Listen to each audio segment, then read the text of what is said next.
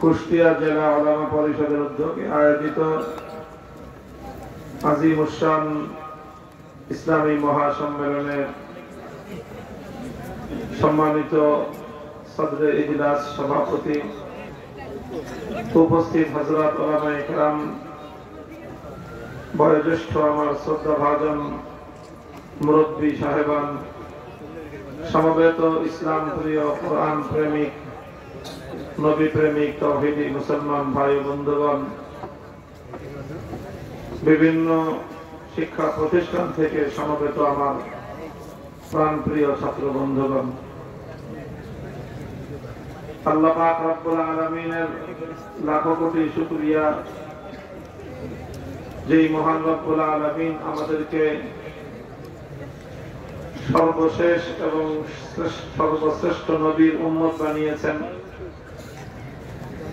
যিনি আমাদের জন্য ইসলামের মতো সুমহান গাইডলাইন, জীবনের নির্দেশনা প্রদান করেছেন, আমাদের হেদায়েতের জন্য কোরআনে কারীমের মতো এক নির্ভুল মহাগ্রন্থ নাজিল করেছেন। সেই মহান রব্বুল আলামিনের দরবারে কালেমাত শুকরের হাদিয়া পেশ করে আলহামদুলিল্লাহ। আল্লাহ পাক রব্বুল আলামিন আমাদেরকে যেই নবীর উম্মত বানিয়েছেন, সেই নবীর নবুয়ত এবং সেই নবীর আনিত ধর্ম ইসলামের এমন দুটি বৈশিষ্ট্য আছে, যেই বৈশিষ্ট্য পৃথিবীর অন্য কোন ধর্মের নাই, অন্য কোন নবীর, অন্য কোন পয়গম্বর অথবা কোরআন ছাড়া অন্য কোন কিতাবের সেই দুটি বৈশিষ্ট্য নেই। এক হাদিসে আল্লাহ রাসূল সাল্লাল্লাহু আলাইহি ওয়াসাল্লাম ইরশাদ করেছেন, কানাল আম্বিয়া ইউবআসুনা ইলা কওমিহিম খাসসাতান ওয়া বুইসতু ইলান নাসি কাফা। আমার পূর্বে যত নবী রাসূল দুনিয়াতে আগমন করেছেন, তারা নির্দিষ্ট কোন একটি জাতির জন্য, নির্দিষ্ট একটি এলাকার জন্য প্রেরিত হতেন। আমাকে আল্লাহ পাক রব্বুল আলামিন तमाम জগৎ সমূহের জন্য আল্লাহ পাক রব্বুল আলামিন নবী বানিয়ে পাঠিয়েছেন। তো কোরআনের আয়াত এবং হাদিসের দ্বারা বোঝা যায় যে পৃথিবীতে যত ধর্ম বর্তমানে প্রচলিত আছে অথবা যত ধর্ম আগে ছিল, সবগুলো ধর্মের সাথে ইসলামের মৌলিক দুটা পার্থক্য। কয়টা পার্থক্য? মৌলিক দুটো পার্থক্য। এক নম্বর পার্থক্য হলো যে অন্যান্য ধর্মগুলো আঞ্চলিক ধর্ম ছিল। কি ছিল? আঞ্চলিক ধর্ম। এক একটা ধর্মকে আল্লাহ পাক এক এক এলাকার জন্য প্রেরণ করেছিলেন, এক এক নবীকে এক এক এলাকার নবী বানিয়ে পাঠিয়েছিলেন। কিন্তু ইসলাম কোন আঞ্চলিক ধর্ম নয়। পৃথিবীতে একমাত্র ধর্ম ইসলাম, যেটা ধর্ম যিনি দানকারী আল্লাহর পক্ষ থেকেই আন্তর্জাতিক तमाम পৃথিবীর জন্য অভিন্ন ধর্ম ইসলামকে আল্লাহ পাঠিয়েছেন। কথাটা বোঝা গেল? যে অন্য যতগুলো ধর্ম ইসলামের আগে আল্লাহ পাঠিয়েছেন, সেই সব ধর্মগুলো নির্দিষ্ট ছোট ছোট এলাকার জন্য এসেছিল। ইসলাম কোন নির্দিষ্ট এলাকার জন্য আসে নাই। وبعثت إلى الأسود والأحمر। আরব আজম গোটা বিশ্বের সমগ্র জনপদের মানব জাতির জন্যই ইসলাম দুনিয়াতে এসেছে। এটা হলো প্রথম পার্থক্য। দ্বিতীয় পার্থক্য হলো অন্যান্য ধর্মগুলো সব প্রাচীন কালের জন্য প্রেরিত হয়েছিল, এক একটা এক এক সময়ের জন্য প্রেরিত হয়েছে। যেই ধর্ম যেই সময়ের জন্য আল্লাহর পক্ষ থেকে এসেছিল, ওই সময়টা শেষ হয়ে যাওয়ার পরে নতুন ধর্ম এসেছে। নতুন ধর্ম আসার মাধ্যমে আগের ধর্মের মেয়াদকাল শেষ, আগের ধর্ম রহিত হয়ে গিয়েছে, এরপরে আবার নতুন ধর্মের কার্যকাল শুরু হয়েছে। এভাবেই পরিবর্তন হতে হতে আল্লাহর পক্ষ থেকে সর্বশেষ ধর্ম এসেছে ইসলাম, সর্বশেষ কোরআন নাজিল হয়েছে, সর্বশেষ কিতাব নাজিল হয়েছে কোরআন, সর্বশেষ নবী এসেছেন মুহাম্মদ সাল্লাল্লাহু আলাইহি ওয়াসাল্লাম। মুহাম্মদ সাল্লাল্লাহু আলাইহি ওয়াসাল্লামের নবুয়ত প্রাপ্তির মাধ্যমে, কোরআন নাজিলের মাধ্যমে, দুনিয়াতে ইসলাম আগমনের মাধ্যমে পূর্ববর্তী সকল নবীর নবুয়তের মেয়াদকাল সমাপ্ত হয়ে যায়, সমস্ত ধর্মগুলো রহিত হয়ে যায়, আসমানি সকল কিতাবগুলো মানসুখ এবং রহিত হয়ে যায়। কিয়ামত পর্যন্তের জন্য একমাত্র আল্লাহর পক্ষ থেকে মনোনীত এবং বলবৎ ধর্মের নাম হলো ইসলাম, কিতাবের নাম হলো কোরআন, নবীর নাম হলো মুহাম্মদ সাল্লাল্লাহু আলাইহি ওয়াসাল্লাম।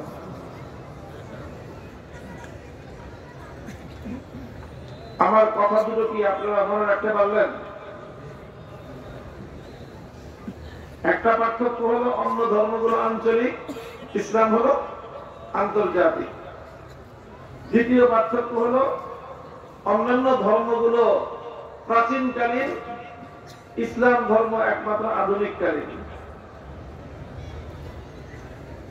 এই পার্থক্যের কারণে অন্য ধর্মগুলোর সাথে ইসলামের মৌলিক যে ব্যবধানটা এসে দাঁড়িয়েছে সেটা হলো আল্লাহ পাক রব্বুল আলামিন দুনিয়াতে যাদের জন্য যেই ধর্মকে পাঠান সেই ধর্মটা হয় সেই মানব গোষ্ঠীর জন্য যাবতীয় সমস্যার আল্লাহ প্রদত্ত সমাধান। কাজেই যেই ধর্ম যেই এলাকার জন্য যেই যুগের জন্য নাজিল হয়েছে সেই ধর্মের মধ্যে সেই যুগের এবং সেই এলাকার মানুষের সব সমস্যার সমাধান পাওয়া যাবে। এবার আপনারা বুঝে থাকলে বলেন তো, আধুনিক যুগের জন্য সারা পৃথিবীতে আল্লাহর পক্ষ থেকে মনোনীত একমাত্র ধর্মের নাম কি? ইসলাম। সুতরাং আধুনিক যুগের তাম পৃথিবীর সকল মানব জাতির সব সমস্যার সমাধান রয়েছে একমাত্র কোথায়? ইসলামের। ইসলাম ছাড়া অন্য কোন ধর্মের মধ্যে আধুনিক যুগের বর্তমান যুগের সমস্যার সমাধান খুঁজে পাওয়া যাবে না। এই যে বর্তমান যুগের সমস্যার সমাধান,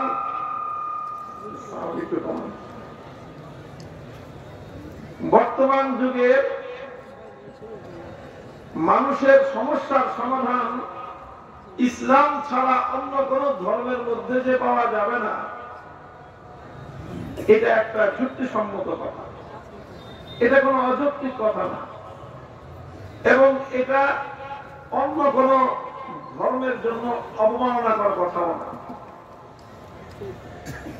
কারণ আল্লাহ পাক রব্বুল আলামিন যেই ধর্মকে যে এলাকার জন্য যেই যুগের জন্য পাঠিয়েছেন সেই ধর্ম সেই এলাকার সেই যুগের মানুষের কথা বলবে।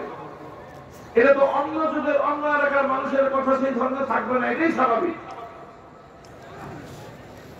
ইহুদি ধর্মকে আল্লাহ পাক যেই যুগের জন্য পাঠিয়েছিলেন ইহুদি ধর্মের মধ্যে সেই যুগের মানুষের কথা ছিল। খ্রিস্ট ধর্মকে আল্লাহ পাক যেই যুগের জন্য পাঠিয়েছিলেন খ্রিস্ট ধর্মের মধ্যে সেই যুগের মানুষের কথা ছিল। ধর্মতাত্ত্বিকদের মতে হিন্দু ধর্ম, বৌদ্ধ ধর্ম, এই জাতীয় ধর্মগুলো কোন কালে আল্লাহর পক্ষ থেকে প্রেরিত কোন ধর্ম থেকে থাকতে পারে, পরবর্তীতে সেটা মানুষের দ্বারা বিকৃতির শিকার হয়ে গিয়েছে, পরিবর্তন হয়ে গিয়েছে, মানুষ সেটাকে পরিবর্তন করে ফেলেছে, করে আল্লাহর পক্ষ থেকে প্রদত্ত ধর্মের মধ্যে মানুষ নিজেদের পক্ষ থেকে নানা বক্তব্য নানা কথা এর মধ্যে অন্তর্ভুক্ত করে দিয়েছে। সেই হিসেবে বলা যায় হিন্দু ধর্ম যদি আল্লাহর পক্ষ থেকে প্রেরিত হয়ে থাকে তো যেই যুগে আল্লাহ পাক এই ধর্ম পাঠিয়েছিলেন এই ধর্মের মধ্যে সেই যুগের সমস্যার সমাধান ছিল। বৌদ্ধ ধর্মকে আল্লাহ পাক যদি পাঠিয়ে থাকেন, যেই যুগের জন্য পাঠিয়েছিলেন সেই যুগের কথা বৌদ্ধ ধর্মের মধ্যে ছিল। আর আধুনিক যুগের জন্য যেহেতু আল্লাহ পাক কেবলমাত্র ইসলামকে পাঠিয়েছেন, সুতরাং আধুনিক যুগের কথা একমাত্র ইসলামের মধ্যেই পাওয়া যাবে। আধুনিক যুগের চ্যালেঞ্জ একমাত্র ইসলাম মোকাবেলা করতে পারবে। আধুনিক যুগের মানুষের সকল জিজ্ঞাসার জবাব একমাত্র ইসলামই দিতে সক্ষম। এই জন্যই আল্লাহ পাক রব্বুল আলামিন কোরআনে কারীমের মধ্যে কয়েক জায়গায় এই কথা সুস্পষ্ট ঘোষণা দিয়েছেন, ইন্নাদ দীনা ইনদাল্লাহিল ইসলাম, যে আল্লাহর নিকট মনোনীত একমাত্র ধর্মের নাম হলো ইসলাম। অন্য জায়গায় আল্লাহ বলেছেন, ومن يبتغي غير الإسلام دينا فلن يقبل منه وهو في الآخرة من الخاسرين। যে ইসলাম ছাড়া অন্য কোন ধর্ম যদি কেউ অনুসন্ধান করে, আল্লাহ পাক রব্বুল আলামিনের কাছে সেটা গ্রহণযোগ্য হবে না। মুহতারাম হাজিরিন, এই জন্য আমাদেরকে একটা কথা প্রথম নিজেদেরকে বুঝতে হবে, মুসলমানদেরকে। মুসলমান বড় দুঃখ এবং পরিতাপের বিষয় হল আজ যে মুসলমান ইসলামকে চিনে না। সবচেয়ে বড় দুঃখ এই জায়গায়, মুসলমান ইসলামকে চিনে না, ইসলামকে জানার চেষ্টা করে না, মুসলমান ইসলামকে বুঝার চেষ্টা করে না। এটা হলো দুঃখের বিষয়। এর চেয়েও আরো বড় পরিতাপ এবং আরো মর্মান্তিক দুঃখজনক বিষয় হলো, ইসলাম তো বুঝেই না, ইসলাম তো জানেই না, অথচ মুসলমানের ঘরে জন্ম নিয়ে মুসলমানের বাচ্চা মুসলমান ইসলামের বিরোধিতা করে।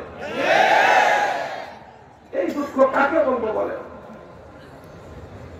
মুসলমানের ঘরে জন্ম নেওয়া মুসলমান ইসলামের যতটা বিরোধিতা করে, দেখা যায় যে বিধর্মীরা পর্যন্ত ইসলামের এতটা বিরোধিতা করে।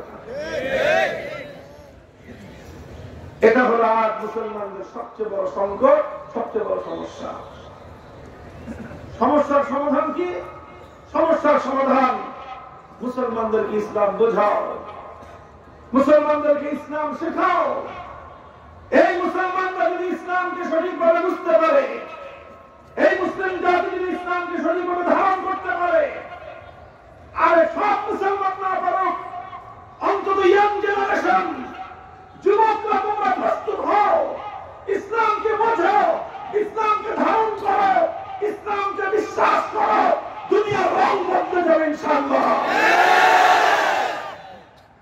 তোমার হাতে আল্লাহ পাক রব্বুল আলামিন এমন একটা ইসলামের মতো কালজয়ী আদর্শ আল্লাহ তোমাকে দিয়ে রেখেছেন, কালজয়ী একটা জীবন বিধান আল্লাহ তোমাদের কাছে দিয়েছেন। দুঃখজনক ভাবে তোমরা তোমাদের সেই ইসলামের শ্রেষ্ঠত্ব এবং সৌন্দর্য বুঝতে পারবে না। এর চেয়ে বড় পোড়া কপাল আর কি হতে পারে মানুষের? খলিফাতুল মুসলিমিন ওমর ফারুক রাদিয়াল্লাহু তাআলা আনহুর যুগে একদল ইহুদি এসে খলিফা ওমরকে বলল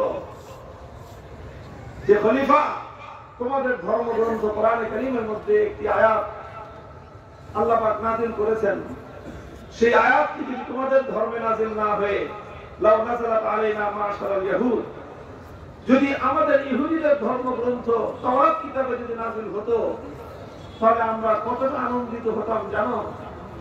আমরা নিজেদেরকে কতটা গৌরবান্বিত বোধ করতাম জানো? কি গৌরবান্বিত বোধ করতাম নিজেদেরকে? লাত্তাখাযনা যালিকাল ইয়াউমা ঈদা, সেই আয়াতটি যেই দিন ইহুদি ধর্মে নাযিল হতো, সেই দিনটিকে আমরা ইহুদি ধর্মাবলম্বীরা জাতীয় উৎসবের দিবস হিসেবে পালন করতাম। আমরা এত খুশি হইতাম। কিন্তু দুঃখ লাগে যে আয়াতটা আল্লাহ আমাদের ইহুদিদের কেউ দেন নাই, খ্রিস্টানদের কেউ দেন নাই। সেই আয়াতটা আল্লাহ মুসলিম জাতির জন্য কোরআনে পাকে আল্লাহ নাযিল করেছে। হযরত ওমর জানতে চাইলেন কোন আয়াত, তখন তারা বলল এটি হলো সূরাতুল মাইদার 6 নম্বর আয়াত, যেখানে আল্লাহ বলেছেন, আল ইয়াউমা আকমালতু লাকুম দীনাকুম ওয়া আতমামতু আলাইকুম নি'মাতি ওয়া রাদিতু লাকুমুল ইসলাম দীনা। আল্লাহ বলেছেন, আজ আমি তোমাদের জন্য তোমাদের ধর্মকে পরিপূর্ণ করে দিলাম, আর ধর্মকে পরিপূর্ণ করার মাধ্যমে দুনিয়াবাসীর জন্য আমি আল্লাহর নিয়ামত পূর্ণ হয়ে গেল। ইসলাম আর আমি জীবন ব্যবস্থা অনুসরণ করবার জন্য একমাত্র ইসলামকে আমি আল্লাহ পাক রব্বুল আলামিন আনন্দ চিত্তে মনোনয়ন দান করলাম। ইসলাম ছাড়া আর কোন ধর্ম, আর কোন মতবাদ, আর কোন জীবন ব্যবস্থা পরিপূর্ণ জীবন ব্যবস্থা নয়। ইসলামকে আল্লাহ পাক রব্বুল আলামিন একমাত্র পরিপূর্ণ জীবন ব্যবস্থা হিসেবে কমপ্লিট করেছেন। মুহতারাম হাজিরিন, এত তাত্ত্বিক আলোচনা এত গভীর রাত্রে দীর্ঘ করাটা উপযুক্ত হবে না। আমি শুধুমাত্র দুই একটা পয়েন্ট আলোচনা করবো আপনাদের কাছে। একটা বিষয় নিয়ে কথা বলি যে ইসলাম যে একটা পূর্ণাঙ্গ জীবন ব্যবস্থা, পূর্ণাঙ্গ জীবন ব্যবস্থা হওয়ার কারণে ইসলামের মধ্যে যেরকম মানুষের আকীদা বিশ্বাসের কথা আছে, পূর্ণাঙ্গ জীবন ব্যবস্থা হওয়ার কারণে ইসলামের মধ্যে মানুষের ইবাদত বন্দেগীর কথা আছে, পূর্ণাঙ্গ জীবন ব্যবস্থা হওয়ার কারণে ইসলামের মধ্যে মানুষের আচরণ বিধি মুআমালাত মুআশারাতের কথা আছে। ইসলাম পূর্ণাঙ্গ জীবন ব্যবস্থা হওয়ার কারণে মানুষের ব্যবসা বাণিজ্য অর্থনৈতিক জীবন পরিচালনার ব্যবস্থা ইসলামের মধ্যে আছে।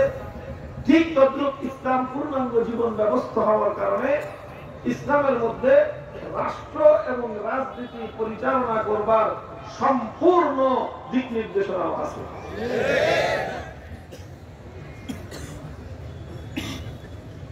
তো অন্যান্য ব্যবস্থা নিয়ে তো মানুষের ততটা আপত্তি নাই, ততটা দ্বিমত নাই, কারণ ওগুলো হলো মানুষের ব্যক্তিগত জীবনের সাথে সংশ্লিষ্ট। এই জন্য ওগুলো নিয়ে কেউ তেমন টানা হেঁচড়া করে না।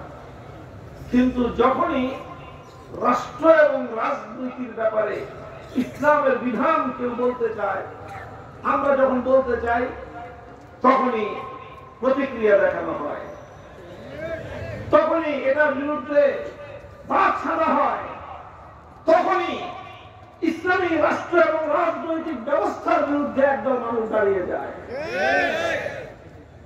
একদল মানুষ দাঁড়াবে, এটা স্বাভাবিক।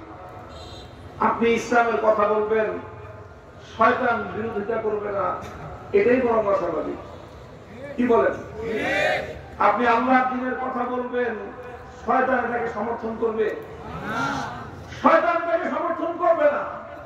আপনি যখন ইসলামের ব্যবস্থাকে বাস্তবায়ন করতে চাইবেন, শয়তান এবং তার দোসরদের গাত্রদাহ হবে, এটা স্বাভাবিক। আপনি যখন ইসলামকে বিজয়ী করতে চাইবেন, তখন ইসলাম বিরোধীরা তখন তারা এর বিরুদ্ধে দাঁড়িয়ে যাবে, এর মোকাবেলা করবে, এটা স্বাভাবিক। দুঃখ হলো আপনি যখন ইসলামকে বিজয়ী করতে যান, তখন এমন কিছু মানুষ ইসলামের প্রতিপক্ষ হিসেবে নিজেদেরকে দাঁড় করিয়ে দেয়, যাদের নিজেদের নামও মুসলমান, বাপদাদার নামও মুসলমান।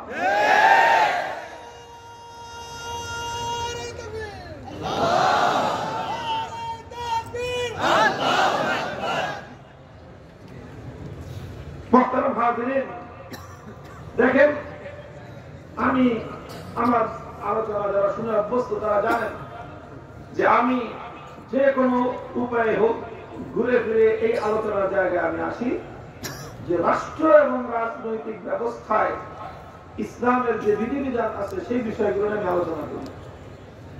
কেন করি?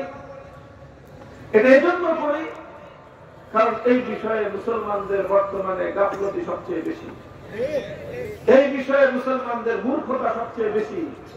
শুধু মূর্খতা এবং গাফলতি নয়, বরং মুসলমানদের ঘর থেকে ইসলামী রাষ্ট্র ব্যবস্থার সবচেয়ে বেশি বিরুদ্ধাচরণ করা হয়। এই জন্য আমি এই বিষয়ে আলোচনা করি। আমি ইসলামের রাজনৈতিক ব্যবস্থা নিয়ে আলোচনা করি, ইসলামের একটা জীবন দর্শন হিসেবে এটা নিয়ে আলোচনা করি, কিন্তু আমি ওয়াজের মঞ্চে কখনোই দলীয় রাজনীতি করি না। কাজে এই যে যারা রিক্সা রিক্সা বলছে, এটা আমার আদর্শের খেলাফ। ওয়াজ মাহফিলের মঞ্চে আমি আমার দল, আমার দলের জন্য আলাদা জায়গা আছে, দলের বক্তব্য রাখার জন্য আলাদা মঞ্চ আছে। আমি কোনোদিনও সম্মিলিত মঞ্চে আমার দলের কথা আমি বলি না, এবং আমি চাই না যে আমার দলীয় কোনো ব্যক্তি এই ধরনের সম্মিলিত কোনো মাহফিলে মঞ্চে আমার দলের কথা বলুন, এখানে আমরা বলবো ওই সকল কথাগুলো যেগুলো ইসলামের চূড়ান্ত কথা, যে কথার মধ্যে আমাদের দলমতের কোনো ব্যবধান নাই, সেই কথা। মোহতারাম হাজিরিন, তো আমি ব্যর্থহীন ভাষায় কথা বলতে চাই, খুব ভালো করে স্মরণ রাখবেন, ভালো করে মনে রাখবেন, ইসলাম যেরকম মানুষের জন্য নির্ভুল একটা আকীদা বিশ্বাস দিয়েছে, যে বিশ্বাস না করলে মানুষ ইমানদার হতে পারে না। ইসলাম যেমন মানুষের জন্য ইবাদত বন্দেগীর একটা ব্যবস্থা দিয়েছে, সেই ইবাদত বন্দেগীর ব্যবস্থাকে বিশ্বাস না করলে একজন মানুষ যেমন ইমানদার হতে পারে না। ইসলাম মানুষকে তার পারিবারিক জীবন পরিচালনা করবার জন্য একটা পারিবারিক সিস্টেম দান করেছে, সেটাকে ধারণ না করলে সত্যিকার মুসলমান হওয়া যায় না। ইসলাম মুসলমানের জন্য ব্যবসা বাণিজ্যের ক্ষেত্রে একটা ব্যবসার বিধান দান করেছে, মূলনীতি দিয়েছে, সেই নীতি আর বিধান অনুসরণ না করলে একজন মানুষ যেমন প্রকৃত মুসলমান হতে পারে না, ঠিক তদ্রুপ রাষ্ট্র, রাজনীতি, সমাজ ব্যবস্থা পরিচালনা করবার জন্য আল্লাহ কোরআন এবং তার নবী সুস্পষ্ট নির্দেশনা মুসলমানদেরকে দিয়েছে। মুসলমানরা রাজনৈতিক ক্ষেত্রে, সামাজিক ক্ষেত্রে, রাষ্ট্রীয় ব্যবস্থাপনার ক্ষেত্রে সেই নীতি এবং বিধান না মানলে তারা পূর্ণাঙ্গ মুসলমান হতে পারে না।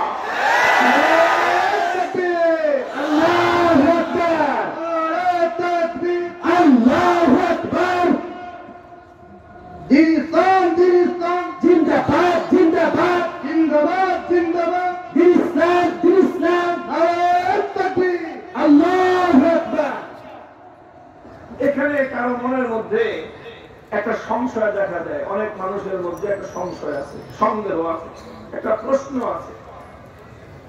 সেই প্রশ্নটার কারণেই এই সাধারণ অনেক মুসলমান তারা হীনমন্যতায় ভুগে বিভ্রান্তির শিকার হয়ে যায়। প্রশ্নটা কি? প্রশ্নটা হলো এই যে আমরা মুসলমানরা যদি রাষ্ট্র এবং রাজনীতিতে ইসলামকে বাস্তবায়ন করতে চাই, স্বাভাবিকভাবেই এই রাষ্ট্রে তো শুধু মুসলমানরা বসবাস করে না, অন্যান্য ধর্মের লোকজনও তো থাকে। কথা বলেন? আমি মুসলমান, এজ এ মুসলিম, আমি যদি আমার রাষ্ট্রে ইসলামকে বাস্তবায়ন করতে চাই, তাহলে হিন্দুও তো এজ এ হিন্দু ধর্মকে বাস্তবায়ন করতে চাইবে। বৌদ্ধ, সেও বৌদ্ধ হিসেবে বৌদ্ধ ধর্মকে বাস্তবায়ন করতে চাইবে। খ্রিস্টান হিসেবে সে খ্রিস্ট ধর্মকে বাস্তবায়ন করতে চাইবে। এবং প্রত্যেক ধর্মাবলম্বী যার যার ধর্মকে রাষ্ট্রের ক্ষেত্রে বাস্তবায়ন যখন করতে চাইবে, তখনই তো ধর্মগুলোর মধ্যে, প্রত্যেক ধর্মাবলম্বীদের মধ্যে আন্তঃধর্মীয় সংঘাত দেখা দিবে। এটা হলো একটা প্রশ্ন। কথা বলা ঠিক কিনা? তো ঠিক আছে, এই প্রশ্নটা আমি সামনে রাখলাম। আমি এটাও বলি যে এই প্রশ্নের কারণেই মুসলমানরা হীনমন্য, এই প্রশ্নের কারণেই মুসলমানরা বিভ্রান্ত, এই প্রশ্নের কারণেই হাজার লক্ষ কোটি মুসলমান গুমরাহ এবং পথভ্রষ্ট। অথচ এই প্রশ্নের যুক্তিসম্মত জবাব আছে, তারা এই জবাব বুঝবার চেষ্টা করে না। বলবেন কি জবাব আছে? আমি সংক্ষেপে, আমার এটাই হলো মূল আলোচ্য বিষয় এবং সেটাই শেষ বিষয়, আপনাদের সামনে এই প্রশ্নের জবাব আলোচনা করব। আমি আবার আপনাদেরকে জিজ্ঞাসা করি, আপনারা কি আমার প্রশ্নটা বুঝেছেন? কে কে বুঝেছেন? হাতে টান তো। আলহামদুলিল্লাহ, অনেক মানুষই বুঝেছেন। প্রশ্ন না বুঝলে উত্তর তো বোঝা যাবে না। সুয়াল নিষ্ফল হলেন, সুয়াল বুঝা, প্রশ্ন বুঝা আগে দরকার। পরীক্ষার প্রশ্নপত্র যেই ছাত্র বুঝে না, ওই ছাত্র জবাবপত্র কি লিখবে বলেন তো? সে পরীক্ষা পাস করতে পারবে? এই জন্য প্রশ্নটা বুঝা খুব জরুরি। প্রশ্ন যদি পরিপূর্ণ বুঝে আসে, জবাব আংশিক বুঝলেও কিছু নম্বর পাওয়া যাবে। এই জন্য আমি আবার প্রশ্নটা স্পষ্ট করতেছি, ক্লিয়ার করতেছি। প্রশ্নটা হলো এই যে প্রত্যেক ধর্মাবলম্বী যদি নিজ নিজ ধর্মের আলোকে একটা রাষ্ট্রকে পরিচালনা করতে চায়, তাহলে ধর্মগুলোর মধ্যে পারস্পরিক ক্লাশ দেখা দিবে, পারস্পরিক সংঘাত দেখা দিবে, আর এখান থেকে ধর্মীয় সাম্প্রদায়িক সংঘাতের জন্ম দিবে। কথা ঠিক? এবার আসেন এই প্রশ্নের জবাব কি। এই প্রশ্নের জবাব হলো যে ভাই,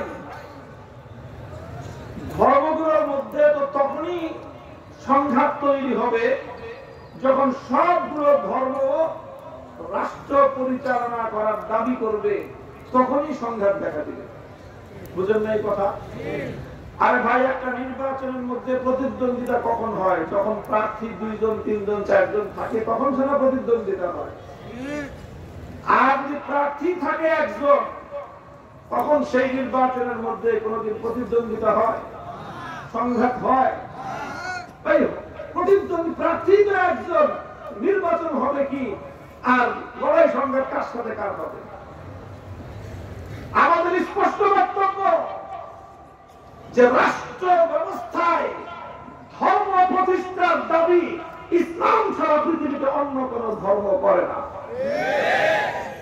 হিন্দু ধর্মের মধ্যে এই কথা নাই যে রাষ্ট্র ব্যবস্থায় হিন্দু ধর্মকে প্রতিষ্ঠা করো। বৌদ্ধ ধর্মের মধ্যে এই কথা নাই যে রাষ্ট্র ব্যবস্থায় বৌদ্ধ ধর্ম বাস্তবায়ন করো। ইহুদি খ্রিস্টান ধর্মের মধ্যে এমন কোন বক্তব্য নাই যে রাষ্ট্র ব্যবস্থায় ইহুদি বা খ্রিস্ট ধর্ম বাস্তবায়ন করতে হবে। অথচ ইসলামের মধ্যে আল্লাহর কোরআনের শত শত বিধান এমন রয়েছে যেই বিধানগুলো দাবি করে রাষ্ট্র ব্যবস্থায় আল্লাহর কোরআন এবং ইসলামকে বাস্তবায়ন করো। কাজেই অন্য কোন ধর্ম তো এই কথা বলেই না যে হিন্দু রাষ্ট্র বানাও, বৌদ্ধ রাষ্ট্র বানাও, ইহুদি রাষ্ট্র বানাও, খ্রিস্টান রাষ্ট্র বানাও। এই শিক্ষা অন্য কোন ধর্মের মধ্যে নাই। এই শিক্ষা এবং এই মতাদর্শ একমাত্র ইসলামের মধ্যে আছে। যদি প্রমাণ জানতে চান আর যদি ধৈর্য থাকে আপনাদের, যে অন্য কোন ধর্ম রাষ্ট্র ব্যবস্থায় ধর্ম প্রতিষ্ঠার দাবি করে না, রাষ্ট্র ব্যবস্থায় ধর্ম প্রতিষ্ঠার দাবি করে একমাত্র ইসলাম ধর্ম। এই কথার প্রমাণ জানতে চান আপনারা? আমি দৃষ্টান্ত হিসেবে কয়েকটা পয়েন্ট উল্লেখ করব। প্রথম পয়েন্ট হলো, দেখেন, একটা রাষ্ট্র ব্যবস্থা যদি পরিচালনা করতে হয়, একটা রাষ্ট্র একটা বিশাল প্রতিষ্ঠান, এই রাষ্ট্রের জন্য একজন প্রধান নির্বাচন করার দরকার কি আছে না নাই? বলেন। রাষ্ট্রের প্রধান ছাড়া রাষ্ট্র চলে? আরে ভাই, প্রধান ছাড়া তো একটা প্রতিষ্ঠানই চলে না। একটা প্রিন্সিপাল ছাড়া একটা কলেজ চলবে, হেডমাস্টার ছাড়া একটা স্কুল চলে, একজন মুহতামিম ছাড়া, একজন প্রিন্সিপাল ছাড়া একটা মাদ্রাসা চলে? কোনো কিছুই তো চলে না। সুতরাং একটা রাষ্ট্রের পরিচালনা করতে হলো রাষ্ট্রের একজন প্রধান লাগে। কোন দেশে তাকে রাষ্ট্রপতি বলা হবে, কোথাও তাকে সরকার প্রধান হিসেবে প্রধানমন্ত্রী বলা হবে, কোথাও তাকে বাদশা বলা হবে, কোথাও তাকে রাজা, কিং, নাম যেটাই হোক, একটা রাষ্ট্র পরিচালনার জন্য এই রাষ্ট্রের একজন সর্বোচ্চ ক্ষমতার অধিকারী একজন ব্যক্তির প্রয়োজন আছে না? এটা হলো রাষ্ট্র ব্যবস্থার অন্যতম একটা মৌলিক বিষয় যে এটার প্রয়োজন। আচ্ছা, যদি একটা রাষ্ট্রের জন্য একজন রাষ্ট্রপ্রধান প্রয়োজন হয়, তাহলে প্রশ্ন হবে সেই রাষ্ট্রপ্রধানটা নির্বাচন হবে কিভাবে? কথা বলে ঠিক কিনা? রাষ্ট্রপ্রধান যদি একজন দরকার, তাহলে যাকে রাষ্ট্রপ্রধান বানানো হবে তাকে কোন ফর্মুলায় রাষ্ট্রপ্রধান বানানো হবে? একটা রাষ্ট্রের নাগরিক হলো 20 কোটি নাগরিক। এই 20 কোটি নাগরিক থেকে আপনি একজনকে রাষ্ট্রপ্রধান বানাবেন, এই বানানোর ফর্মুলা লাগবে কি লাগবে না? তো রাষ্ট্রপ্রধান বানানোর জন্য একটা ফর্মুলার প্রয়োজন। এই ফর্মুলা ছাড়া কোন রাজনীতি চলতে পারে, রাষ্ট্র ব্যবস্থা চলতে পারে? আচ্ছা, যেহেতু ফর্মুলাটা প্রয়োজন, এবার একেবারে ঠান্ডা মাথায় বুঝেন, আমি এখন সবগুলো ধর্মের কাছে প্রশ্ন করলাম যে আপনারা যার যার ধর্মের গ্রন্থ থেকে, ধর্মের বিধান থেকে রেফারেন্স সহ আমাদের কাছে একটা ফর্মুলা সাবমিট করেন যে আপনার ধর্মে রাষ্ট্রপ্রধান নির্বাচন করার কি ফর্মুলা আছে। হিন্দু ধর্মের ভাইদেরকে বললাম, কোনো ভাই বিরোধের কিছু নাই, মারামারি কাটাকাটি কিছু নাই। আপনারা আপনাদের ধর্মগ্রন্থ গীতা আর আপনাদের ধর্ম প্রণেতা যারা আছে তাদের বক্তব্যের রেফারেন্স দিয়ে আমাদের কাছে একটা ফর্মুলা সাবমিট করবেন যে আমাদের হিন্দু ধর্মের বিধান মতে রাষ্ট্রপ্রধান নির্বাচন করার ফর্মুলা এই। বৌদ্ধরা ত্রিপাঠক এবং তাদের গৌতম বুদ্ধের রেফারেন্স দিয়ে একটা ফর্মুলা সাবমিট করবে ইহুদিরা মুসা আলাইহিস সালাম এবং তাওরাতের রেফারেন্স দিয়ে একটা ফর্মুলা সাবমিট করবে, খ্রিস্টানরা ইনজিল কিতাব এবং নবী ঈসা আলাইহিস সালামের রেফারেন্স দিয়ে একটা ফর্মুলা সাবমিট করবে। স্বাভাবিকভাবে আমরা মুসলমানরাও আল্লাহর কোরআন এবং আমার নবীর রেফারেন্স দিয়ে আমরা রাষ্ট্রপ্রধান নির্বাচন করার একটা ফর্মুলা সাবমিট করব। এটা হলো আমার অফার, এটা হলো আমার প্রস্তাব। আমার এই প্রস্তাব যাওয়ার পরে প্রতি উত্তর কি আসবে আমি এটা আগাম বলে দিই আপনাদেরকে। প্রতি উত্তর আসবে হলো এই, দিনের পর দিন যাবে, মাসের পর মাস যাবে, বছর গড়িয়ে শতাব্দী গড়াবে, যুগের পর যুগ চলে যাবে, হিন্দু, বৌদ্ধ, ইহুদি, খ্রিস্টান কোন একটা ধর্মের মধ্যে ধর্মাবলম্বী কোন বাপের বেটার জন্ম হয় নাই।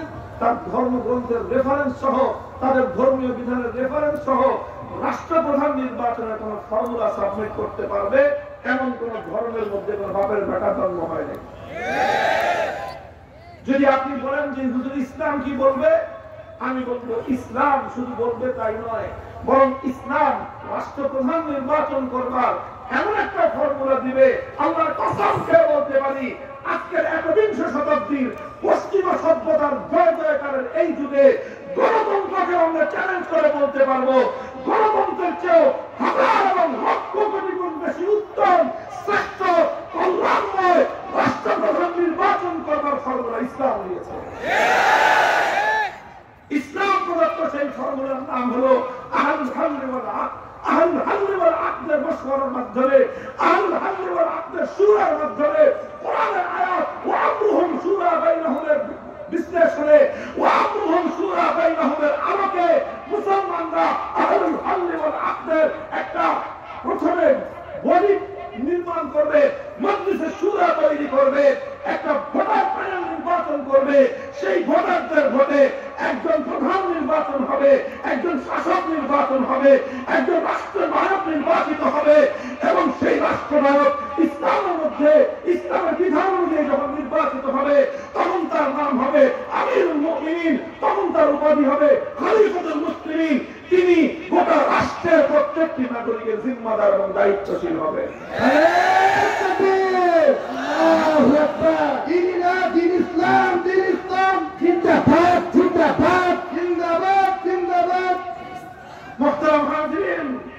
আমরা অত্যন্ত আস্থা এবং বিশ্বাসের সাথে বলতে পারি ইসলাম প্রদত্ত যে রাষ্ট্রপ্রধান নির্বাচন ব্যবস্থা, এটা এই পৃথিবীতে আজ পর্যন্ত প্রচলিত রাষ্ট্রপ্রধান নির্বাচন করবার যত পদ্ধতি মানুষ অ্যাপ্লাই করেছে, কিয়ামত পর্যন্ত মানুষ আরো যত পদ্ধতি অ্যাপ্লাই করবে, এই সমস্ত পদ্ধতির মধ্যে একমাত্র নির্ভুল পদ্ধতির নাম সেটাই যেটা ইসলাম দিয়েছে।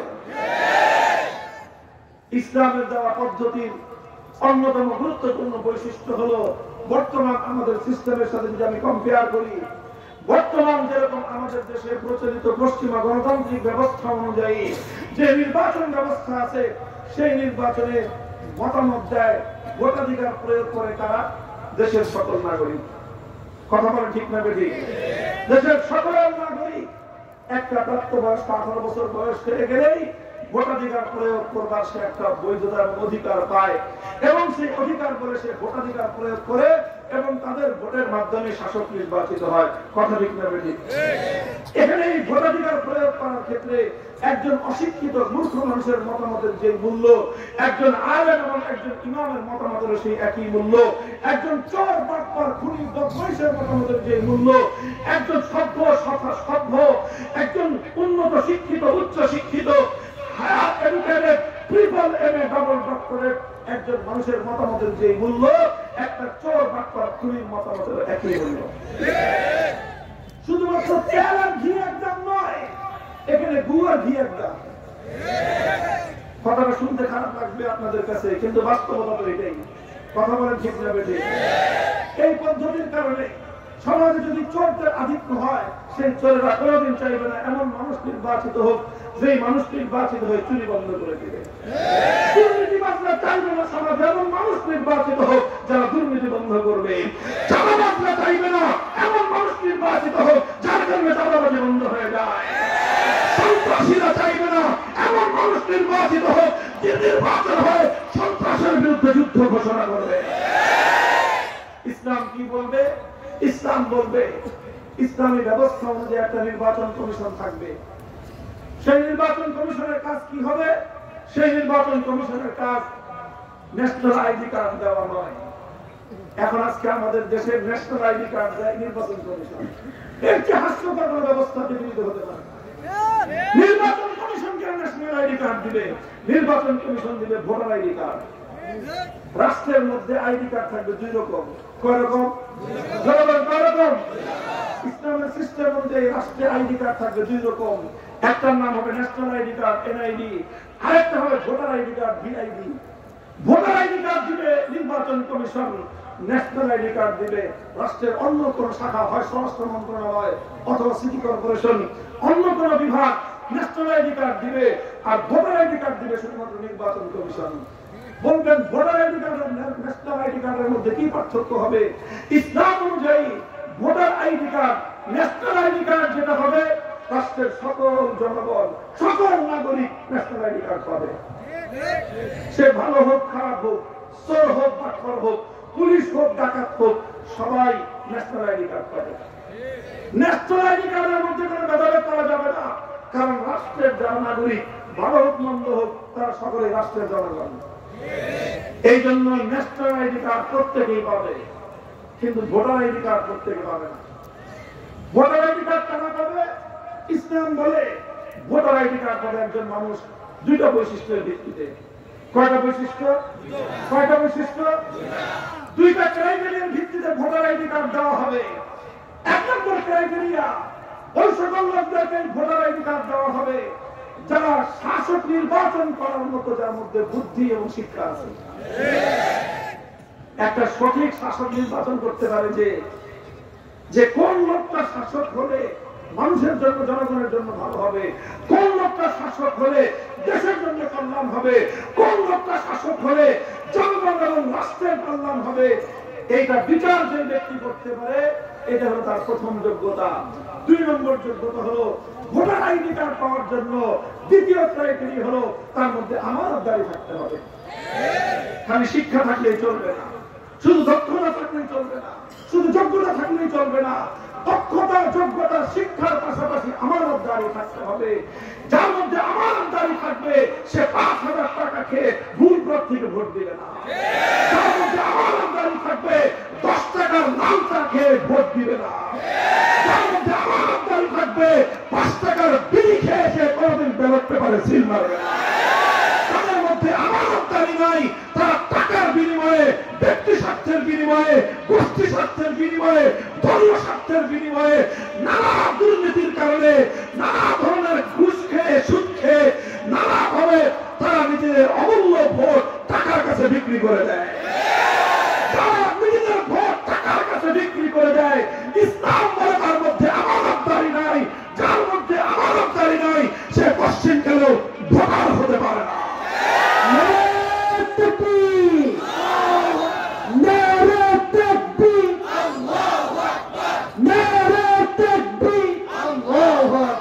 আমি দায়িত্ব নিয়ে বলছি, ইসলামের এই মানদণ্ড অনুযায়ী ভোটার আইডি কার্ড যদি তোমরা দিতে পারো, তাহলে সেই রাষ্ট্রে কোনদিন কোন অন্যায়কারী, কোন দুর্নীতিবাদ, কোন অযোগ্য মানুষ রাষ্ট্রের শাসক নির্বাচিত হতে পারবে না।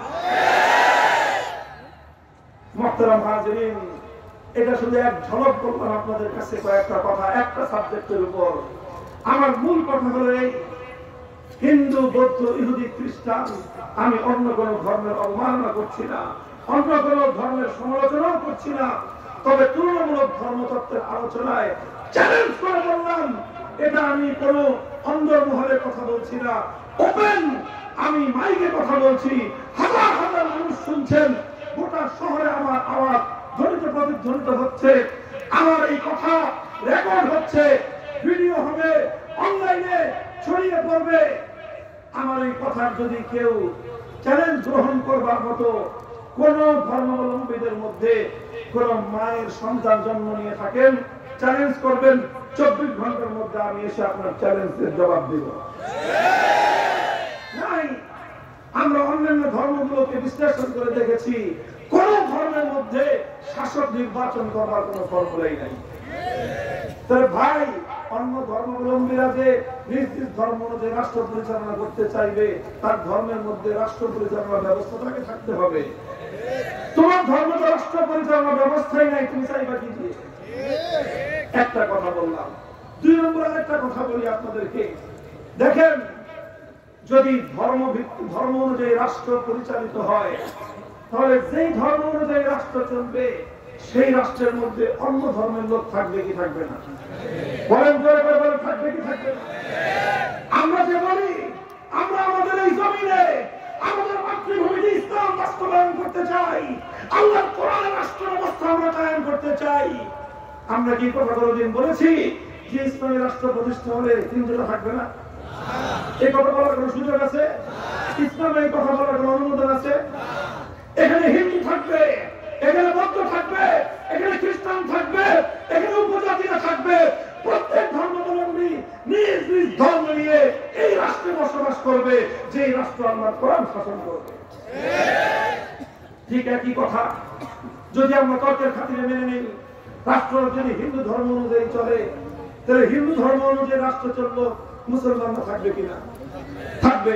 বৌদ্ধ ধর্ম অনুযায়ী রাষ্ট্র চললে মুসলমানরা থাকবে কিনা? খ্রিস্টান ধর্ম অনুযায়ী রাষ্ট্র চললে মুসলমান থাকবে কিনা? সব ধর্মই থাকবে। কথা ঠিক না বেঠিক? আচ্ছা, প্রশ্নটা হলো আমার এই, যে যেই ধর্ম অনুযায়ী রাষ্ট্র চলবে সেই ধর্ম অনুযায়ী অন্যান্য ধর্মাবলম্বীদের কি অধিকার, অন্যান্য ধর্মাবলম্বীরা সেই রাষ্ট্রে কি সুযোগ পাবে, কি অধিকার তারা ভোগ করবে? সব ধর্ম যার যার ধর্মের বিধান থেকে সাবমিট করো। বলো দেখি, হিন্দু ধর্মাবলম্বীদের কাছে প্রশ্ন করলাম আমি, তোমরা যদি তোমাদের হিন্দু ধর্ম অনুযায়ী রাষ্ট্র চালাতে চাও, তোমাদের ধর্মগ্রন্থ গীতার রেফারেন্স দিয়ে বলো হিন্দু রাষ্ট্রের মধ্যে একজন মুসলিম নাগরিকের কি অধিকার? বৌদ্ধরা ত্রিপাঠকের দৃষ্টান্ত দিয়ে, ত্রিপাঠকের রেফারেন্স দিয়ে বলো একটা বৌদ্ধ রাষ্ট্রের মুসলিম নাগরিকের কি অধিকার? খ্রিস্টানরা বলো একটা খ্রিস্ট রাজ্যের মধ্যে মুসলিম ধর্মাবলম্বীর, ইসলাম ধর্মাবলম্বীর কি অধিকার? তোমাদের কাছে এই প্রশ্নের কোন সদুত্তর নাই। নাই। কেন নাই? কারণ তোমার ধর্মের ব্যাপারে নীরব, তোমার ধর্মের ব্যাপারে নিশ্চুপ। যদি বলো যে ধর্ম দেখার দরকার নাই, আমাদের দেশ দেখেন, তাহলে আমরা তোমাদের দেশ দেখতে গেলে যে চিত্র পাবো, সেই চিত্রটা এর চেয়ে আরো অনেক বেশি ভয়াবহ হবে।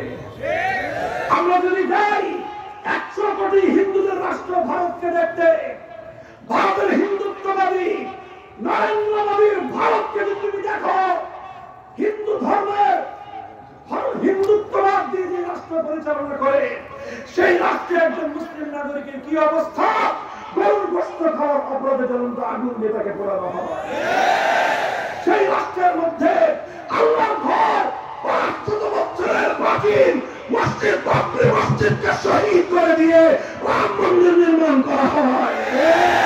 সেই রাষ্ট্রের মধ্যে এক মুসলিম নারীকে আল্লাহু আকবারের ধ্বনি তুলবার অপরাধে গোটা হিন্দুত্ববাদী রাষ্ট্র কর্তৃক লাঞ্ছিত হতে হয়। মুসলমান মা ইসলাম গ্রহণ করবার অপরাধে তাকে ধর্ষণের শিকার হতে হয়। এই চিত্রগুলো আজকে হিন্দুত্ববাদী ভারতের রাজ্যে রাজ্যে প্রতিষ্ঠিত হয়েছে। মুহতারাম হাজিরিন, যদি বলো বৌদ্ধ ধর্মদের রাষ্ট্র দেখতে, বেশি দূর যাওয়ার দরকার নাই। বাংলাদেশের সীমান্ত পরবর্তী, বাংলাদেশের সীমান্তের নাফ নদী পাড়ি দিয়ে নাফ নদীর অপর প্রান্তে যাও, সেখানে একটা বৌদ্ধ রাষ্ট্র রাখাইন রাজ্য মায়ানমারের অধীনে আছে। সেই রাখাইন রাজ্যে 1300 বছরের প্রাচীন একটি ঐতিহ্যবাহী জাতি বসবাস করে। সেই এলাকার নাম হলো আরাকান, সেই জাতির নাম হলো রোহিঙ্গা। 1300 বছরের প্রাচীন সেই রোহিঙ্গা জাতি, অপরাধ একটাই, তারা মুসলমান। এই অপরাধে মুসলিম মায়ের গর্ভ বিদীর্ণ করে, মায়ের পেট থেকে তার সন্তানকে বের করে, মায়ের চোখের সামনে তার সদ্যজাত সন্তানকে নিয়ে ফুটবল খেলা হয়, মায়ের চোখের সামনে তার সন্তানকে কেটে টুকরো টুকরো করা হয়, সন্তানের সামনে তার মায়ের ইজ্জত নিয়ে ছিনিমিনি খেলা হয়, ভাইয়ের সামনে তার বোনকে ধর্ষণ করা হয়, বাবার সামনে তার সন্তানকে খুন করা হয়। কোন কথা বলতে গেলে আবার সেই মুসলমানের টুটি চেপে ধরা হয়। 18 লক্ষ মুসলমান আরাকান থেকে বহিষ্কার হয়েছে, 18 লক্ষ রোহিঙ্গা আরাকান থেকে তাদেরকে বহিষ্কার করা হয়েছে। অপরাধ তাদের একটাই, তারা মুসলমান। অপরাধ তাদের একটাই, তারা এক আল্লাহকে বিশ্বাস করে। অপরাধ তাদের একটাই, তারা আল্লাহর কোরআনকে বিশ্বাস করে। মুহতারাম হাজিরিন, এগুলো কোনো গাল গল্প নয়। বলবেন তাহলে উন্নত বিশ্ব, পশ্চিমা বিশ্বে তো কোন মুসলমানকে হত্যা করা হয় না।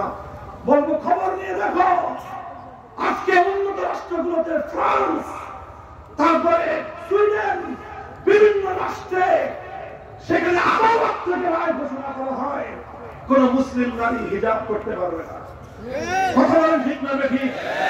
পর্দা করা মুসলমান নারীর জন্য বিধান কার? চিৎকার করবো কার বিধান? আল্লাহর পক্ষ থেকে প্রদত্ত ফরজ বিধান। সেই রাষ্ট্রের আদালত বলে তুমি এই রাষ্ট্রে ইসলাম ধর্মের বিধান পালন করতে পারবে না। তার মানে তার রাষ্ট্রে বসবাস করতে হলে একজন মুসলমান আল্লাহর পক্ষ থেকে প্রদত্ত ধর্মের গুরুত্বপূর্ণ বিধান পালন করতে পারবে না। তাহলে এই তো হলো অবস্থা। আর যদি ইহুদি রাষ্ট্র দেখতে বলো, যে আমি আর কি দেখবো, তোমরাই দেখো। দেখো তোমরা 70 বছর পর্যন্ত ফিলিস্তিনে আমার মা বোনেরা, আমার সন্তানরা নিজেদের দেশে আজকে তারা পরবাসী। শুধুমাত্র কালেমা পড়বার অপরাধে আজ সেখানে রাত দিন মুসলমানদের রক্ত নিয়ে হোলি খেলা হয়। মুসলমানদের জনপদগুলোকে আজকে সেখানে বোমা মেরে বিধ্বস্ত করে দেওয়া হয়। মুসলমানের জনপদ গাজাকে মৃত্যুপুরীতে পরিণত করা হয়। অপরাধ একটাই, তারা মুসলমান।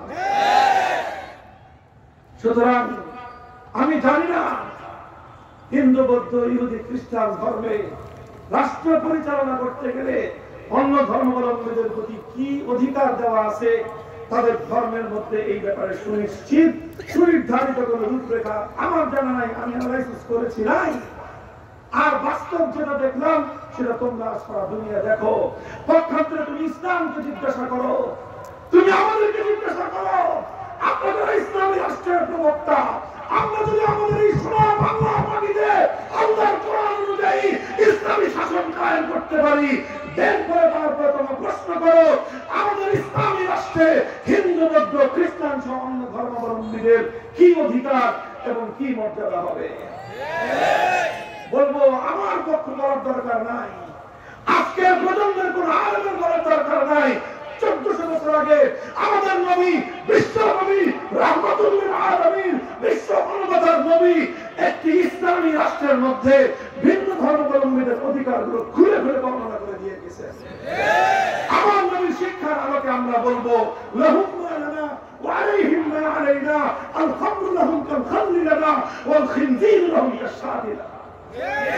ইসলাম বলবে একটি ইসলামী রাষ্ট্রের মধ্যে একজন মুসলমান যেরকম একটি বকরি পালন করার অধিকার রাখে, ঠিক সেই ইসলামী রাষ্ট্রের মধ্যে একজন হিন্দু ধর্মাবলম্বী শূকর পালন করবার অধিকার রাখবে।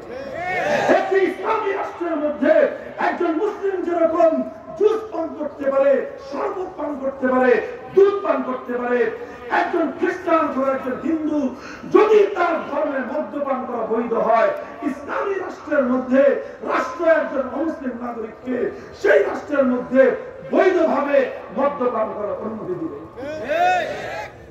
শুধু অনুমতি দিবে তাই নয়, আপনি যদি কোন মুসলমানের দুধের ভাণ্ড ভেঙে তার 5 কেজি দুধ নষ্ট করে ফেলেন, আদালত আপনাকে 5 কেজি দুধের মূল্য জরিমানা পরিশোধ করতে বাধ্য করবে। আপনি যদি একটা মুসলমানের বকরির একটা বাচ্চা মেরে ফেলেন অন্যায় ভাবে, তাহলে সেই ক্ষেত্রে ইসলাম আপনাকে সেই বকরির বাচ্চার জরিমানা দিতে বাধ্য করবে। এটা শুধু ইসলাম এবং মুসলমানের জন্য নয়, একইভাবে একজন মুসলিম সে যত বড় মুসলমান হোক, সে ইমাম হোক, সে একজন খতিব সাহেব হোক, সে যদি একজন হিন্দু নাগরিকের শূকরের একটা বাচ্চা মেরে ফেলে, সেই খতিবের কাছ থেকে ইসলাম হিন্দু নাগরিকের শূকরের বাচ্চার জরিমানা আদায় করে ছেড়ে দিয়েছে। ইসলাম বলবে লাহুম মা লানা ওয়া আলাইহিম মা আলাইনা, ইউকাতালু মিন ওয়ারাইহিম। ইসলামী রাষ্ট্রের উপর বহির শক্তি যদি হামলা করে, ইসলামী রাষ্ট্রের মুসলমানদের জন্য সর্বপ্রথম কর্তব্য হবে যেমনি ভাবে তারা নিজের মুসলিম ঘরের মা বোনের ইজ্জতের হেফাজত করবে, তীর্থযোদ্ধা হিন্দু, বৌদ্ধ, খ্রিস্টান, নারী, পুরুষের প্রত্যেকটি মানুষের জান মাল ইজ্জতের নিরাপত্তা দেওয়া মুসলমানদের ইমানি দায়িত্ব।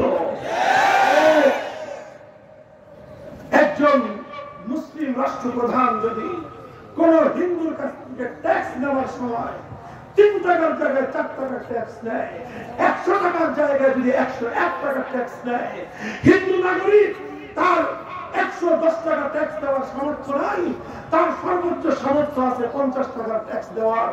আর তার সামর্থ্যের চেয়ে যদি অতিরিক্ত আরো 10 টাকা, 20 টাকা, 50 টাকা অতিরিক্ত ট্যাক্স যদি ইসলামী রাষ্ট্র কোন হিন্দু, বৌদ্ধ, খ্রিস্টান নাগরিকের উপর চাপিয়ে দেয়, আমার নবী বলতেছেন, নবীজি নিজে বলতেছেন যে আমি ওয়ানা হাজিজুন, আমি নিজে কিয়ামতের দিন সেই ইসলামী রাষ্ট্রপ্রধানের ব্যাপারে হিন্দুর পক্ষ হয়ে আল্লাহর দরবারে বিচার দায়ের করব। দিস ইজ ইসলাম। এই হলো ইসলাম। আজ যখন বাংলার মাটিতে ইসলামী রাষ্ট্র ব্যবস্থা প্রতিষ্ঠার সামান্য একটু সম্ভাবনার উদয় হয়েছে, একদল মানুষ বিভ্রান্তি ছড়াতে শুরু করেছে, ইসলাম কায়েম হলে হিন্দুরা থাকতে পারবে না। একদল মানুষ আর গুজব রটাচ্ছে, ইসলাম কায়েম হলে সংখ্যালঘুরা থাকতে পারবে না।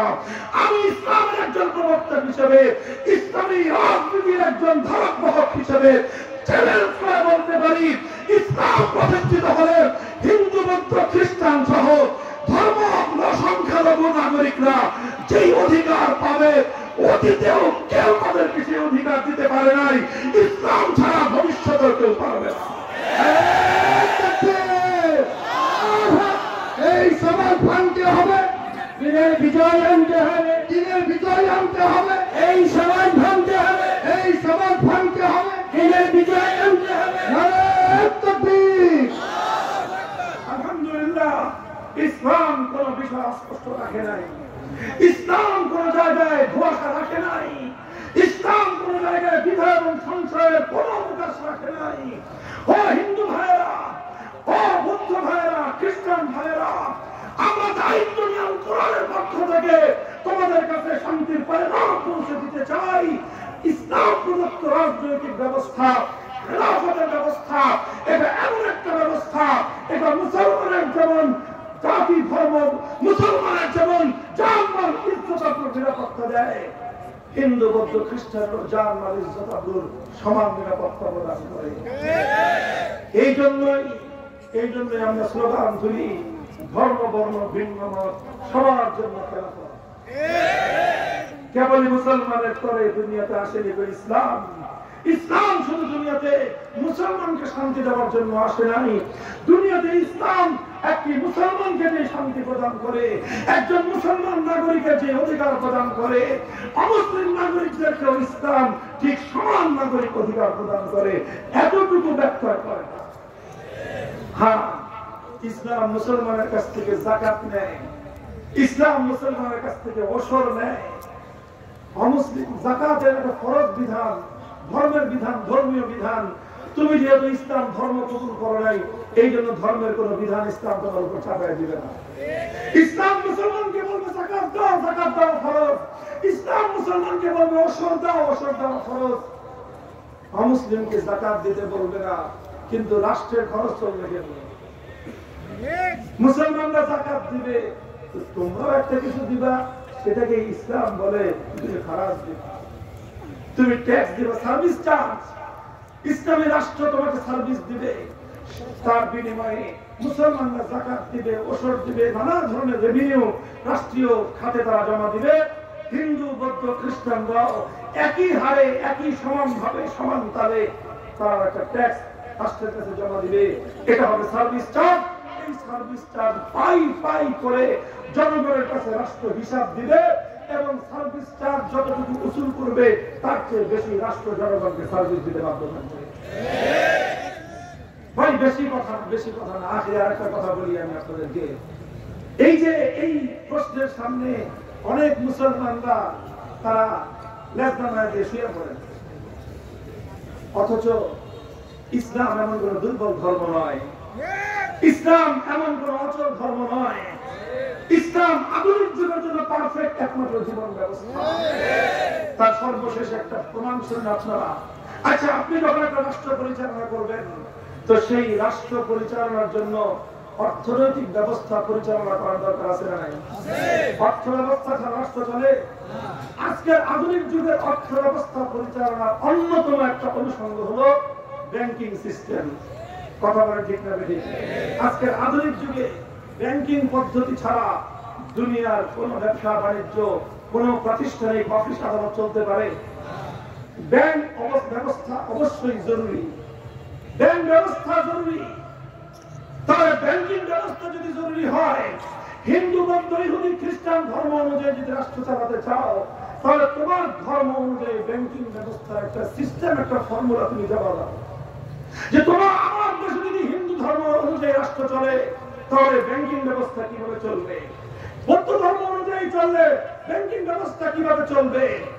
আমি চ্যালেঞ্জ করলাম সবগুলো ধর্মাবলম্বীর কাছে, তোমাদের ধর্মগ্রন্থ তন্ন তন্ন করে খুঁজো, তোমাদের ধর্মের নীতি আদর্শ বিধিবিধান তন্ন তন্ন করে খুঁজে, এরপরে একবিংশ শতাব্দীর 2025 সালের প্রযোজ্য একটা ব্যাংকিং ব্যবস্থা তোমার ধর্মের আলোকে তুমি প্রণয়ন করে দেখাও।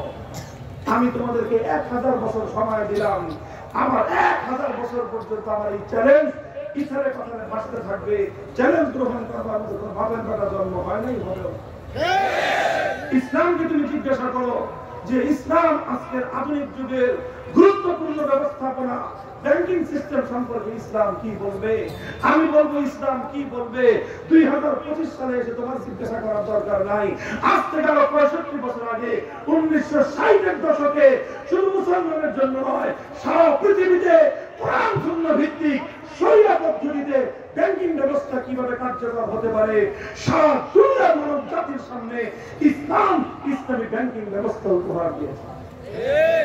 শুধু উপহার দিয়েছে তা নয়, আমি অর্থনৈতিক ছাত্র হিসেবে চ্যালেঞ্জ করে বলতে পারি, কনভেনশনাল সুদ ভিত্তিক যে ব্যাংকিং ব্যবস্থা আছে, সেই ব্যাংকিং ব্যবস্থা থেকে শরিয়া ভিত্তিক, তেজারত ভিত্তিক ইসলামিক ব্যাংকিং ব্যবস্থা ডিপোজিটরদের, সঞ্চয়কারীদের অর্থের নিরাপত্তার জন্য, রাষ্ট্রের অর্থনৈতিক নিরাপত্তার জন্য, জনগণের অর্থনৈতিক নিরাপত্তার জন্য সুদ ভিত্তিক ব্যাংকিং ব্যবস্থার চেয়ে ইসলামিক ব্যাংকিং ব্যবস্থা কয়েকশো গুণ বেশি উত্তম। আপনি জান না, চায়নায় খুঁজে আসেন 150 কোটি মানুষের দেশ, একটা বৌদ্ধ ব্যাংক খুঁজে পাবেন না। হিন্দুস্তানে যান, 100 কোটি হিন্দুর দেশ, একটা হিন্দু ব্যাংক খুঁজে পাবেন না। গোটা ইউরোপ জুড়ে 200 কোটি খ্রিস্টানদের ঘরে ঘরে তল্লাশি করে আসেন, একটা খ্রিস্টান ব্যাংক খুঁজে পাবেন না। গোটা ইহুদি রাজ্য ঘুরে আসেন, একটা ইহুদি ব্যাংক খুঁজে পাবেন না। আর শুধু মুসলিম রাষ্ট্র নয়, ইউরোপ, আমেরিকা সহ তাম পৃথিবীর সমস্ত উন্নত রাষ্ট্রের উন্নত শহরগুলোতে ইসলামী ব্যাংকিং ব্যবস্থা বিদ্যমান। এবং এই ব্যাংক শুধুমাত্র মুসলমানের জন্য নয়, এই আমার বাংলাদেশ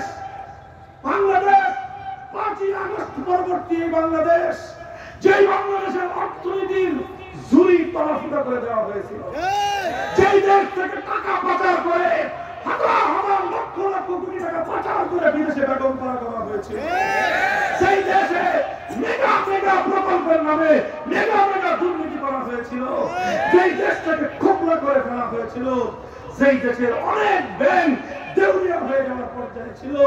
আর 5ই আগস্টের পর সেই দেশ আবার একটু একটু করে ঘুরে যাচ্ছে। এই ঘুরে দাঁড়ানোর পেছনে সবচেয়ে বেশি যে ব্যাংকের অবদান, সেটা ইসলামী ব্যাংক। কারণ সুদ ভিত্তিক ব্যাংকিং তারা করে না, ইসলামিক শরিয়ত আলোকে ব্যাংকিং করে বলেই এই ব্যাংক মানুষের অর্থনৈতিক নিরাপত্তা বেশি মজবুত করতে সক্ষম। মুহতারাম হাজিরিন, আমার আলোচনা শেষ।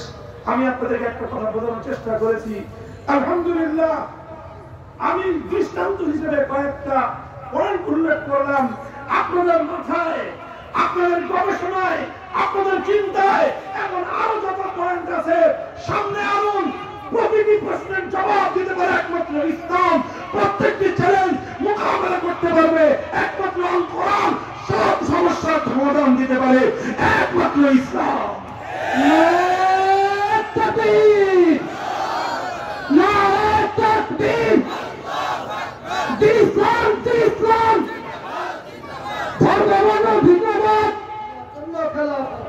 ভাই উঠে পড়তেছেন, আলোচনা শেষ, একটু বসেন।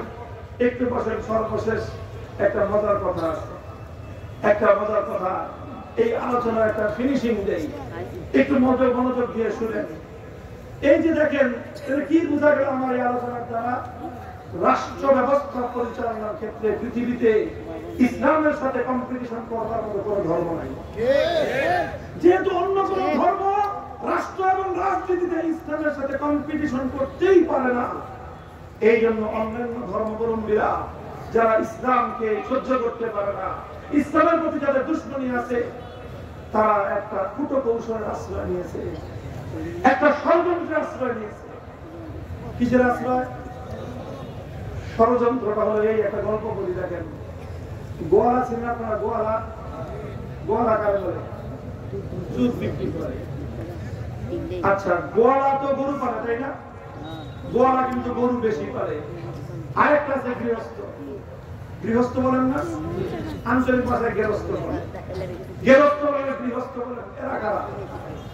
গৃহস্থ কারা? গৃহস্থ হলো তারা যারা ক্ষেত খামার করে, কৃষি কাজ করে, আর ওই কৃষি কাজের জন্য, হাল চাষ করার জন্য দুই চারটা বলদের দরকার, তাদেরকে বলে কি? আচ্ছা, দুই চারটা বলদ যখন রাখবে বাড়িতে, এক দুটা গাইও তো থাকে, কথা ঠিক কিনা? এই যে গাই যে থাকে, গায়ে তো দুধ হয় না? গৃহস্থের গায়েরও দুধ হয়, গোয়ালার গায়েরও দুধ হয়। গোয়ালার বাড়িতে গাই থাকে 10টা, গৃহস্থের বাড়িতে গাই থাকে 2টা। গোয়ালা 10টা গাই পালে কি জন্য? দুধ বিক্রি করার জন্য, কথা বলেন। তো গোয়ালা কি করে? প্রতিদিন সকালে তার সকল গায়ের দুধ কোরআন থেকে যতটুকু সম্ভব দুধ দহন করতে করতে করতে করতে শেষ পর্যন্ত শেষ ফোঁটা দুধ সে টেনে বের করে। এরপরে দেখবেন গোয়ালার মন ভরে না, এরপরে তার চাহিদা মাফিক দুধ হয় নাই, এই জন্য সে 7 কলের দুধ দহন করে। এর নাম হলো কি? এর নাম কি? আমানতদার গোয়ালা আছে, আল্লাহ পাক তাদের ব্যবসায় বরকত দান করুন। কিন্তু গোয়ালা তার গরুর দুধ যা আছে সবটুকু দহন করে নিয়ে যায় বাজারে বিক্রি করতে। গৃহস্থ তো আর দুধ বেচে না, কাজে এই জন্য গৃহস্থ অত গুরুত্ব দিয়ে দুধ দহন করে না। তো কি করে? গৃহস্থের দুধ সাধারণত ওর বাছুরি বেশি, আর কিছু নিজে বাড়িতে বাচ্চা কাচ্চা থাকলে একটু দুধ দহন করে বাচ্চাকে খাওয়ায়, অর্ধেক মানুষে খায়, অর্ধেক বাছুরে খায়। আর গোয়ালা বাছুর, ওর মায়ের দুধ তো সব গোয়ালা টেনে নিয়ে সব বাজারে গেছে, এই জন্য গোয়ালা বাছুরের কপালে কি নাই? দুধ নাই।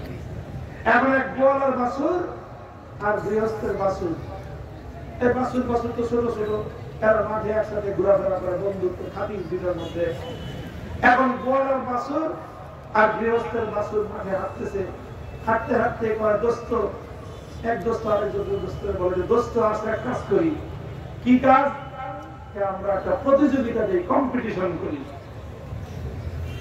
ভালো কথা মনে করছে, একটা কম্পিটিশন করা যায়, মজাই লাগবে। এখন গোয়ালার বাছুর গৃহস্থের বাছুরকে জিজ্ঞাসা করে, কি কম্পিটিশন করবি? গৃহস্থের বাছুর হতো দুধ টুধ খায়, মোটা তাজা শরীর, স্বাস্থ্যবান। ও কয়, আসো এক কাজ করি, ওই যে দূরে দেখা যায়, 3-4 মাইল দূরে একটা ভিটা দেখা যায়, এখান থেকে আমরা তুমি দৌড় দিই, কে আগে ওই ভিটা পর্যন্ত যায় পৌঁছতে পারে সে জিতবে। এখন গোয়ালার বাছুর চিন্তা করে, তুই তো এরকম তোর মায়ের দুধ খেয়ে খেয়ে তুই স্বাস্থ্যবান হয়েছে, শরীরে এনার্জি আছে, শক্তি আছে, আর আমার মায়ের দুধ তো সব আমার গোয়ালারে বাজারে বেচে, আমার জন্য সারাদিনে 8 দুধ থাকে না, আমার শরীরে অত তেল নাই, অত এনার্জি নাই, খালি দৌড়ের প্রতিযোগিতা দিয়ে আমি তোমার সাথে পারবো না। এবং সে বুদ্ধি করে, এত রোদ, এই রোদের মধ্যে দৌড়ায় দুধ করা বুদ্ধিমানের কাজ। কথা কি করতে চাস? আসো আমরা দুইজন এক জায়গায় বসি, বসে একটা কম্পিটিশন করি যে বসে বসে কে বেশি গাছ লাগাইতে পারে। বুঝেন না এই কথা? বুঝছেন আপনারা? গোয়ালার বাছুর কি চায়? লেজ নাড়াইতে চায়। লেজ নাড়ানো আমাদের বাংলা ভাষায় কাকে বলে জানেন? অলস, অকর্মণ্য, এর বলে লেজ নাড়ায়। যত অকর্মঠ, যত অলস মানুষ, অকর্মণ্য মানুষ এরা হলো বসে বসে নেতা। আর যারা কর্মঠ তারা দুরন্ত ছুটে চলে। যারা কর্মঠ, যারা কর্মণ্য তারা অলসের মতো, অকর্মণ্যের মতো বসে বসে নেতা হয় না, তারা মানবতার কল্যাণে দুরন্ত ছুটে বেড়ায়। মুহতারাম হাজিরিন, ইসলাম কর্মঠ ধর্ম, ইসলাম অকর্মণ্য ধর্মের নাম নয়, ইসলাম অবৈধ ধর্মের নয়, ইসলাম হলো মানুষের কর্মের ধর্ম। সুতরাং ইসলাম চাই আসো প্রতিযোগিতা করি, রাষ্ট্র, রাজনীতি, অর্থনীতি, সকল নীতি, সমরনীতি, শিক্ষানীতি, বিচার নীতি প্রত্যেকটা ক্ষেত্রে কম্পিটিশন করে দুনিয়ার মানুষকে কে বেশি শান্তি আর নিরাপত্তা দিতে পারে। অন্যান্য ধর্মগুলোর মধ্যে তো গোয়ার যুদ্ধ নাই, ওদের ধর্মের মধ্যে সেই ম্যাটার নাই। যেহেতু সেই ম্যাটার নাই, ইসলামের সঙ্গে রাজনীতিতে টিকবে না, ইসলামের সঙ্গে সমরনীতিতে টিকবে না, ইসলামের সঙ্গে বিচার ব্যবস্থায় টিকবে না, ইসলামের সঙ্গে কম্পিটিশনে জীবনের কোন ক্ষেত্রে টিকতে পারবে না। এই জন্য বলো আসো, এই জন্য বলে আসো ধর্মনিরপেক্ষতার রাজনীতি করি। ধর্মনিরপেক্ষতার রাজনীতি মানে কি? রাষ্ট্রের মধ্যে কোন ধর্ম চলবে না। দল জিজ্ঞাসা করি, বল ধর্ম মানুষকে ভালো জিনিস শেখায় না খারাপ জিনিস শেখায়? ধর্ম যদি ভালো জিনিস শেখায়, ব্যক্তির জীবনে যদি ধর্মের প্রয়োজন হয়, সেই ভালো প্রয়োজন রাষ্ট্রের মধ্যে থাকবে না কেন? দল যারা ধর্মনিরপেক্ষতার কথা বলে জবাব দেওয়া আমাদের। প্রথম প্রশ্ন কি বললাম? ধর্ম ভালো জিনিস না খারাপ জিনিস? ধর্ম ভালো শিক্ষা দেয় না খারাপ শিক্ষা দেয়? যদি ভালো শিক্ষা দেয়, সেই ভালো প্রয়োজন যদি মসজিদে হয়, সেই ভালো প্রয়োজন যদি মানুষের ব্যক্তি জীবনে হয়, সেই ভালো প্রয়োজন যদি মানুষের পরিবার জীবনে হয়, সেই ভালো প্রয়োজন যদি ইতিমখানায় হয়, সেই ভালো প্রয়োজন জীবনের সব জায়গায় যদি প্রয়োজন হয়, সেই ভালো প্রয়োজন রাষ্ট্রতে, রাজনীতিতে কেন করবে না? জবাব চাই, জবাব দাও।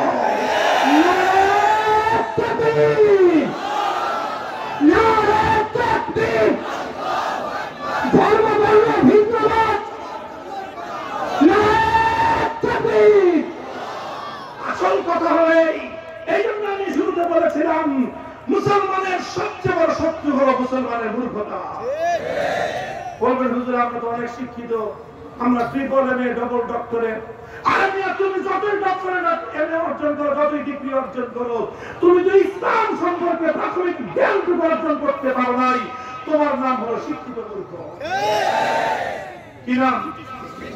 কি নাম? এটা আমার ভাষা নয়। শামসুল হক ফরিদপুরি রহমতুল্লাহ আলাইহি, আপনাদের এই বৃহত্তর দক্ষিণবঙ্গের সোনার পুরুষ, তিনি আজ থেকে প্রায় 100 বছর আগে কথা বলেছেন যে শিক্ষিত মূর্খের দলেরাই মুসলমানদের জীবনের সর্বনাশ ঘটিয়েছে। শিক্ষিত মূর্খ মানে এত কিছু জানে, এই কথাটা জানে না। ধর্মনিরপেক্ষ মতবাদ এটা অন্যান্য ধর্মাবলম্বীদের ষড়যন্ত্র। ধর্মনিরপেক্ষ মতবাদ ইসলামকে রুখে দেওয়ার ষড়যন্ত্র। ধর্মনিরপেক্ষ মতবাদ রাষ্ট্র ব্যবস্থা থেকে ইসলামকে দূরে সরাবার ষড়যন্ত্র। ধর্মনিরপেক্ষ মতবাদ সব ধর্মাবলম্বীরা গ্রহণ করতে পারে। ইসলামের আদর্শের অনুসারী, ইসলাম ধর্মে বিশ্বাসী কোন প্রকৃত ইমানদার ধর্মনিরপেক্ষতায় বিশ্বাস করতে পারে। যা বলার বুঝিয়ে দিলাম, এরপরে যদি কারো কপাল পুড়ে থাকে, তুমি তোমার পোড়া কপাল নিয়ে থাকো। আমরা সাজার বাংলার বাড়িতে ইসলাম কায়েম করেই ছাড়বো ইনশাআল্লাহ।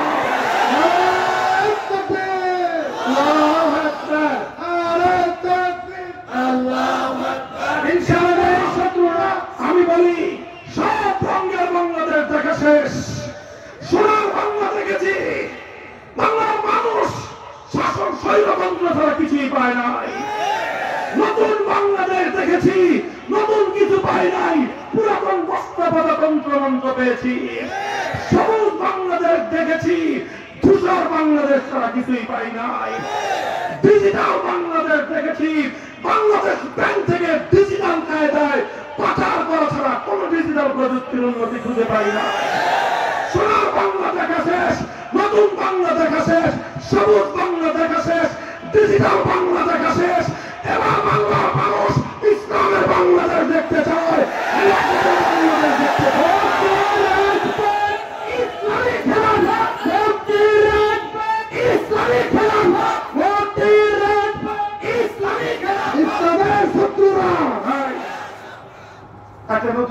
স্লোগান শুনাই, যে বয়ান করলাম এই স্লোগানটা দিবেন মাঝে মাঝে, লেজ নাড়ানোর দিন শেষ, খেলাফতের বাংলাদেশ, লেজ নাড়ানোর দিন শেষ, ইসলামের বাংলাদেশ। যারা ধর্মনিরপেক্ষতার কথা বলে সব লেজ নাড়ানোর দল, সব ইসলাম সম্পর্কে অজ্ঞ গণ্ড মূর্খের দল। আল্লাহ পাক এই সকল মূর্খের মূর্খতা থেকে, অজ্ঞদের অজ্ঞতা থেকে, জাহেলদের জাহালাত থেকে উম্মাহকে আল্লাহ হেফাজত করেন। আগামী 15 নভেম্বর ঢাকার রাজধানী ঢাকার সোহরাওয়ার্দী উদ্যানে খতমে নবুয়ত মহাসমাবেশ, বিশ্ব উম্মার নেতৃস্থানীয় ব্যক্তিবর্গ ইতিমধ্যে বাংলাদেশে আসতে শুরু করেছেন। ভারত, পাকিস্তান, সৌদি আরব সহ পৃথিবীর বিভিন্ন দেশ থেকে মেহমানরা আসতেছেন আল্লাহর পয়গম্বরের খতমে নবুয়তের ইজ্জতের হেফাজতের জন্য। এই মহাসমাবেশ বাংলাদেশের সকল ঘরানার আলেম ওলামা, ইসলামী জনতার ঐক্যবদ্ধ এই মহাসমাবেশে আপনাদেরকে উপস্থিত হওয়ার দাওয়াত দিলাম। ওয়া আখিরু দাওয়ানা আলহামদুলিল্লাহি রাব্বিল আলামিন। ইনশাআল্লাহ আগামীকাল আপনাদের 3 দিন ব্যাপী মাহফিলের শেষ দিবস। আপনাদের সকলকে আপনাদেরকে আমন্ত্রণ জানানো হচ্ছে। আমাদের বাংলাদেশের রাবেতাতুল ওয়াইজিন বাংলাদেশের সম্মানিত সভাপতি আল্লামা আব্দুল মাসুদ খান হাফিজাহুল্লাহ ইনশাআল্লাহ আগামীকাল তাশরীফ আনবেন। সুবহানাল্লাহ।